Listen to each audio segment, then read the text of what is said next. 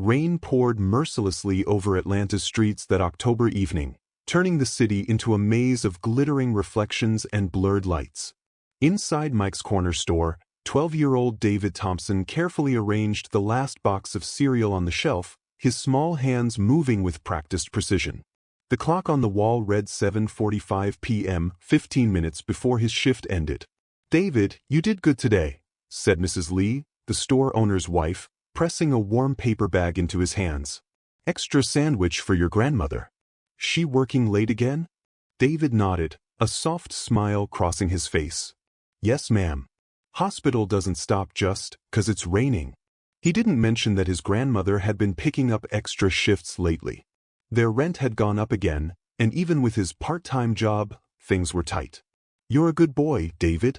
Now hurry home before this rain gets worse." Outside, David pulled his worn jacket closer, the paper bag tucked safely inside his backpack. The streets were unusually quiet for a Thursday evening. Most people had enough sense to stay indoors, but David didn't have that luxury. His grandmother had taught him that responsibility doesn't take rain checks. He was cutting through Riverside Drive, a street lined with luxury cars and homes that looked like museums, when he heard it. A low, mechanical hum, followed by the subtle crunch of gravel. Through the curtain of rain, David spotted a sleek black Tesla, rolling slowly but unmistakably toward the steep embankment that dropped 30 feet into the Chattahoochee River. David's heart jumped into his throat. The car's lights were on, but something was wrong. It was moving too slowly, too erratically. Through the rain-streaked windows, he could make out a figure slumped over the steering wheel. "Hey!" David shouted, running toward the vehicle. "Hey, mister. Are you okay?" No response. The car was picking up speed now, the front wheels just feet away from where the pavement ended and disaster began. David's grandmother's words echoed in his head, "Life gives you moments to decide who you are. Choose wisely." Without hesitation, David dropped his backpack and sprinted to the driver's side. Inside, a well-dressed man in his 40s was unconscious, his skin pale and clammy. The doors were locked. The car inched forward another foot. David looked around desperately. There was no time to run for help. No time to second-guess. He spotted a loose brick by a nearby garden bed, and in one fluid motion, he grabbed it and smashed the passenger window. The alarm blared to life, screaming into the rainy night. David ignored the sting of glass cuts on his hand as he lunged through the window, scrambling over the center console. His wet shoes slipped on the leather seats as he searched frantically for the emergency brake. The embankment was mere feet away now. Come on," he muttered, hands shaking. "There, a red lever." He pulled it with all his strength just as the front wheels touched the edge. The Tesla shuddered to a halt, its nose pointing into the abyss. David's heart was pounding so hard he could barely hear himself think. He checked the man's pulse, weak but there. With trembling fingers, he pulled out his phone and dialed 911. "Emergency services, what's your emergency?" "Please, I need help. I'm on Riverside Drive, near the river bend. There's a man unconscious in his car. I think he's really sick. I had to break the window to stop the car from going over the edge. Please hurry.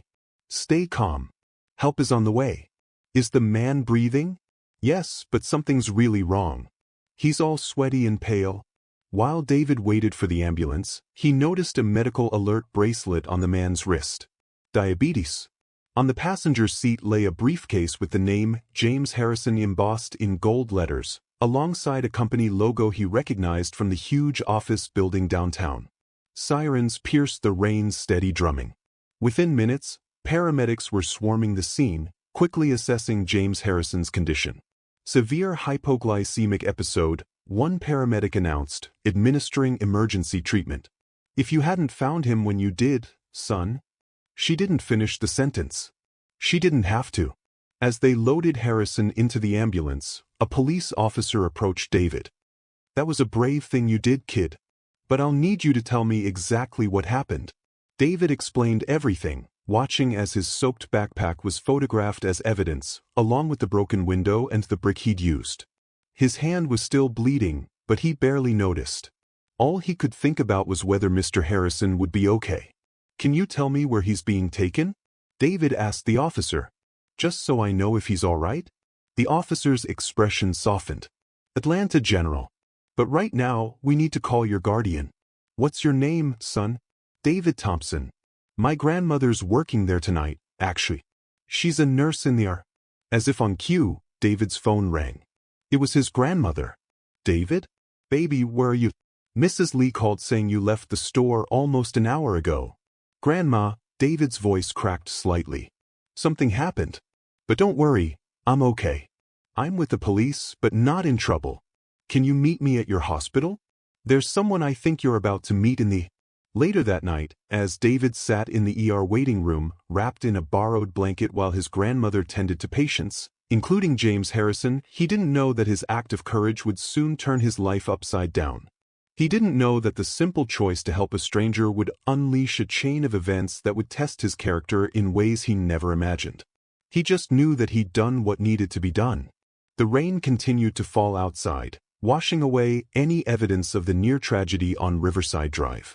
But its echoes would resonate through many lives in the days to come, starting with the moment James Harrison's son would walk through those hospital doors, bringing with him a storm far more devastating than any Atlanta had seen.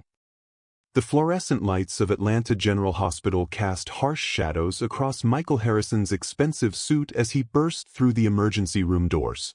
His polished leather shoes squeaked against the freshly waxed floor, drawing attention from the nurse's station where David's grandmother, Sarah Thompson, 58, was updating patient charts. "Where is my father?" Michael's voice carried the entitled edge of someone used to getting immediate answers. "I was told James Harrison was brought in." Before Sarah could respond, Dr. Rivera emerged from the ICU wing. "Mr. Harrison? I'm handling your father's case. He's stable but still unconscious. The hypoglycemic episode was severe."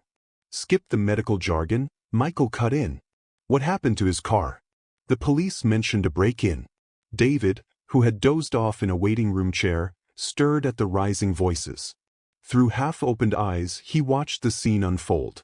"Sir," Dr. Rivera began carefully, "from what we understand, a young boy prevented what could have been a fatal accident.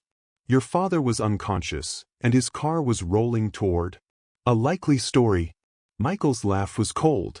"So we're believing the word of some random kid who just happened to be in one of Atlanta's wealthiest neighborhoods after dark? Who conveniently had to break into a $150,000 vehicle to save someone?" Sarah Thompson straightened her back, recognition flickering across her face. She looked at her grandson, then back at Michael Harrison. "That random kid is my grandson and he..." "Oh, even better," Michael interrupted again. "So your grandson just happened to be there?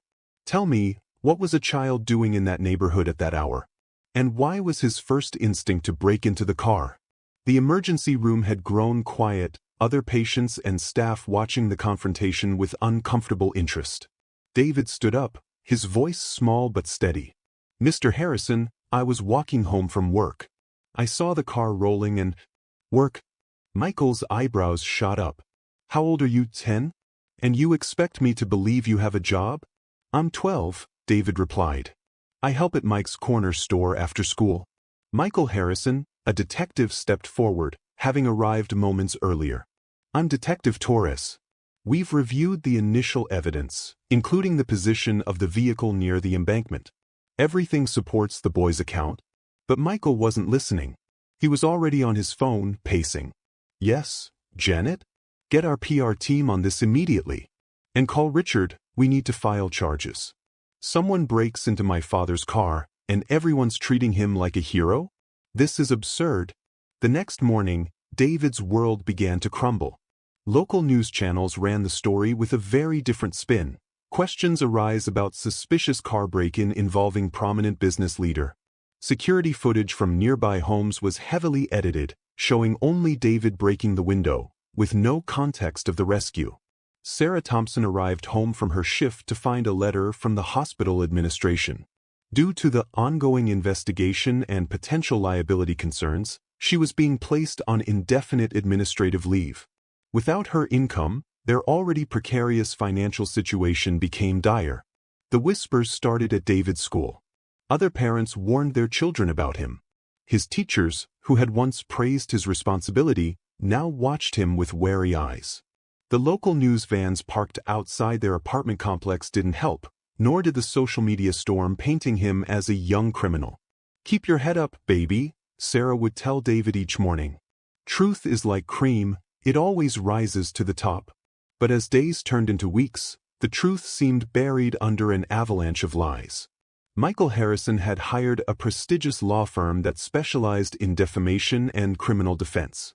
They painted a picture of an organized crime ring using children to target luxury vehicles, with David as their latest recruit. Mrs. Lee was forced to let David go from his job at the corner store after receiving threatening calls. Their landlord, citing complaints from other tenants about the media attention, served them an eviction notice. Through it all, James Harrison remained in a medically induced coma, his doctors concerned about potential brain damage from the prolonged hypoglycemic episode.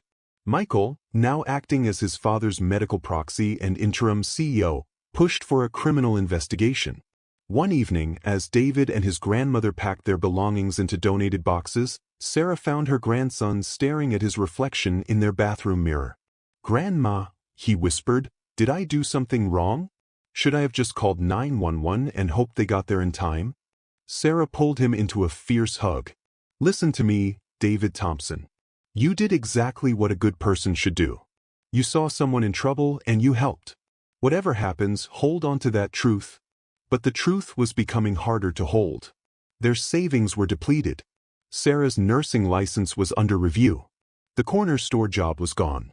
Even their church, where David had once served as an altar boy, seemed divided about allowing them to attend services. The only person who seemed to believe in David's innocence was Detective Torres, who continued investigating despite pressure to close the case. She'd noticed discrepancies in the edited security footage and was quietly building a file of inconsistencies in Michael Harrison's version of events. What no one knew was that James Harrison's personal assistant, Lisa Chen, 35, had been secretly documenting Michael's suspicious behavior in the months leading up to his father's medical emergency. She'd noticed large unauthorized transfers from company accounts and mysterious meetings with people who seemed to specialize in corporate takeovers. But Lisa remained silent, terrorized by veiled threats against her family. She watched as a young boy's life was systematically destroyed, knowing she held information that could vindicate him but too afraid to come forward. As October turned to November, and the trees along Riverside Drive shed their leaves, David and Sarah Thompson moved into a small room at a local shelter. Their apartment was gone, their reputation in tatters, their future uncertain. Yet every day, David would walk to Atlanta General Hospital, sit in the public lobby, and wait for news about James Harrison. "Why do you still come here?" a sympathetic nurse asked him one day. "After everything they've done to you and your grandmother?" David's answer was simple, "Because I need to know he's okay." That's all that ever mattered. Little did David know, as he sat in that lobby doing his homework on borrowed notebooks, that James Harrison's brain activity was slowly increasing. The man whose life he'd saved was fighting his way back to consciousness, and with him would come a tide of truth that would sweep away the carefully constructed lies surrounding that rainy night in October. But for now, David Thompson, 12 years old and wise beyond his years, continued to hold onto his grandmother's words about truth and cream, even as the world seemed determined to prove them wrong. The morning James Harrison opened his eyes started like any other at Atlanta General Hospital. David was in his usual spot in the lobby, solving algebra problems, when chaos erupted. Medical staff rushed past him, their quick footsteps echoing through the sterile corridors. He didn't know it yet, but the truth he'd been waiting for was finally awakening. In room 742, James Harrison's first words were barely a whisper. "The boy? The car? Find him." Dr. Rivera immediately ordered a review of the security footage, the complete, unedited version. Within hours, the truth began to unfold like a flower reaching for sunlight. The full video showed everything: David's desperate sprint to the car, the Tesla's dangerous position on the embankment, the crucial moments of the rescue that Michael Harrison had deliberately hidden. James Harrison, still weak but growing stronger by the hour, watched the footage in his hospital room. Tears streamed down his face as he witnessed David's bravery, followed by the horrific aftermath his son had orchestrated. "Get me my lawyers," he commanded, his businessman's authority returning with each passing minute. "And find that boy and his grandmother." Now, across town, in the shelter where David and Sarah Thompson now lived, Detective Torres arrived with news that would change their lives forever. "Mr. Harrison is awake," she announced, a rare smile crossing her face. "And he's demanding to see you both." The reunion in James Harrison's hospital room was emotional. David and Sarah found themselves face to face with the man whose life had sparked such turmoil in theirs. James Harrison, despite his weakness, insisted on standing to greet them. David Thompson, his voice cracked with emotion. "You didn't just save my life that night. You risked everything to help a stranger. And in return, my own son." He couldn't finish the sentence. The next few weeks passed in a whirlwind. James Harrison's legal team moved swiftly, uncovering the full extent of Michael's deception. Bank records revealed a complex scheme. Michael had been embezzling company funds for months, preparing for a hostile takeover during his father's incapacitation. The diabetic episode wasn't just a medical emergency. Evidence suggested Michael had been tampering with his father's insulin doses. Lisa Chen finally found the courage to come forward with her documentation. Her evidence, combined with the financial records and medical investigation, led to Michael's arrest.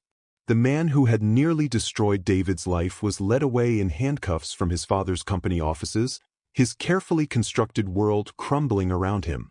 But James Harrison's focus wasn't on his son's betrayal, it was on making things right with the Thompsons.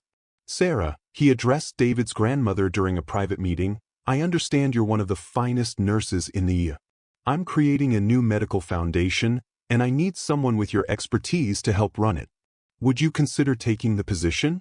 Sarah's eyes widened at the offered salary and benefits package. It was more than she'd ever dreamed possible. But Harrison wasn't finished. "And David," he turned to the boy who'd saved him, "I'm establishing a trust fund for your education. Any school, any dream you want to pursue, it's yours." 5 years passed like pages turning in a book. David Thompson, now 17, stood at the podium as his high school's valedictorian. In the audience, his grandmother sat next to James Harrison, who had become a constant presence in their lives, a mentor and father figure to the boy who'd saved him. Michael Harrison was serving 8 years for fraud, embezzlement, and attempted manslaughter. The company he'd tried to steal was thriving under his father's renewed leadership, with Sarah Thompson's medical foundation becoming its most successful charitable initiative. David's story had transformed from a scandal into an inspiration. National news networks covered his graduation and early acceptance to Johns Hopkins University's pre-med program. The same community that had once shunned them now celebrated the Thompson family as symbols of perseverance and integrity. One evening, as David and James sat in the Harrison study, a room that had become a sanctuary for their many conversations over the years, the older man asked a question that had long lingered in his mind. "David, after everything Michael did to you and your grandmother, you've never shown any bitterness. How?" David considered the question carefully. "My grandma always said that helping others isn't about what we get in return. That night, I didn't save you because I thought you were rich or important. I did it because it was right. Everything that happened afterward, the good and the bad, it all taught me something about who I want to be." James Harrison nodded, understanding deeply. He'd lost a son to greed but gained something more precious, a young man whose moral compass never wavered, even in the darkest storms. As David prepared to leave for college that fall, the corner store where he'd once worked hosted a goodbye party. Mrs. Lee hugged him tight, pressing a familiar paper bag into his hands, a sandwich for the road, just like old times. The Tesla that had nearly plunged into the Chattahoochee River that rainy night was preserved in the Harrison Family Museum, its broken window a reminder that sometimes, doing the right thing means breaking through barriers, both glass and social, to save a life. And on quiet evenings, when David returns home from medical school, he sometimes drives past Riverside Drive. The embankment is still there, but it's different now. James Harrison donated the land to the city, and they built a park, Thompson's Point, with a plaque that tells the story of a young boy's courage and the transformative power of truth. The plaque's final words, chosen by James Harrison himself, read, "Character, like cream, always rises to the top." Sarah Thompson smiles every time she reads those words, knowing that her simple wisdom, passed down to her grandson, had proven true after all. In the end, the truth hadn't just risen, it had soared, carrying with it the dreams of a boy who chose to do right, regardless of the cost.